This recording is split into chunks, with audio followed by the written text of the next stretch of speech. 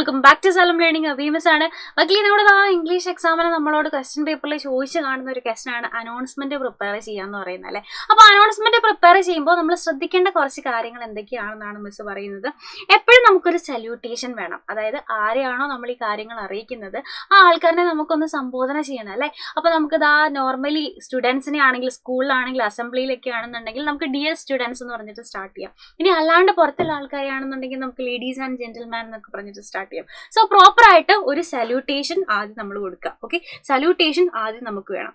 അതിനുശേഷം എന്ത് ഇൻഫർമേഷൻ ആണോ നമുക്ക് ഷെയർ ചെയ്യേണ്ടത്, ആൾക്കാരെ എന്താണോ നമ്മൾ അറിയിക്കേണ്ടത്, എന്തെങ്കിലും ഒരു ഇൻഫർമേഷൻ അറിയിക്കാനാണ് നമ്മൾ അനൗൺസ്മെന്റ് നടത്തുന്നത് അല്ലെ. അപ്പൊ അറിയിക്കേണ്ട ഇൻഫർമേഷൻ നമ്മൾ എന്ത് ചെയ്യുക, നെക്സ്റ്റ് പാരഗ്രാഫിൽ നമ്മൾ കൊടുക്കാം. ഇനി എന്തെങ്കിലും റിക്വസ്റ്റ് ഉണ്ടെന്നുണ്ടെങ്കിൽ അത് നമുക്ക് അടുത്ത പാരഗ്രാഫിൽ കൊടുക്കാം.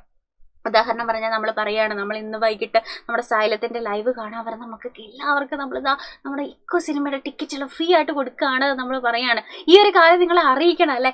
അപ്പൊ നമുക്ക് ഡിയർ സൈലമീൻസ് എന്ന് പറഞ്ഞിട്ട് ഒരു സല്യൂട്ടേഷൻ കൊടുക്കാം. എന്നിട്ട് നമ്മളിതാ ലൈവ് കാണുന്ന 7 മണിക്ക് ലൈവ് കാണുന്നവർക്ക് ഈ ടിക്കറ്റ് ഫ്രീ ആണ് എന്നൊക്കെ പറഞ്ഞിട്ട് നമ്മൾ എന്ത് ചെയ്യുക, കാര്യങ്ങൾ ഇൻഫർമേഷൻ ഷെയർ ചെയ്യുക. എന്തെങ്കിലും റിക്വസ്റ്റ് ഉണ്ടെന്നുണ്ടെങ്കിൽ, അതായത് സിനിമ കാണാൻ വരുന്നവരൊക്കെ വീട്ടിൽ പറഞ്ഞിട്ട് വേണം വരാൻ അല്ല, ഇതുപോലെ റിക്വസ്റ്റ് ഉണ്ടെന്നുണ്ടെങ്കിൽ നമുക്ക് അതും കൊടുക്കാം.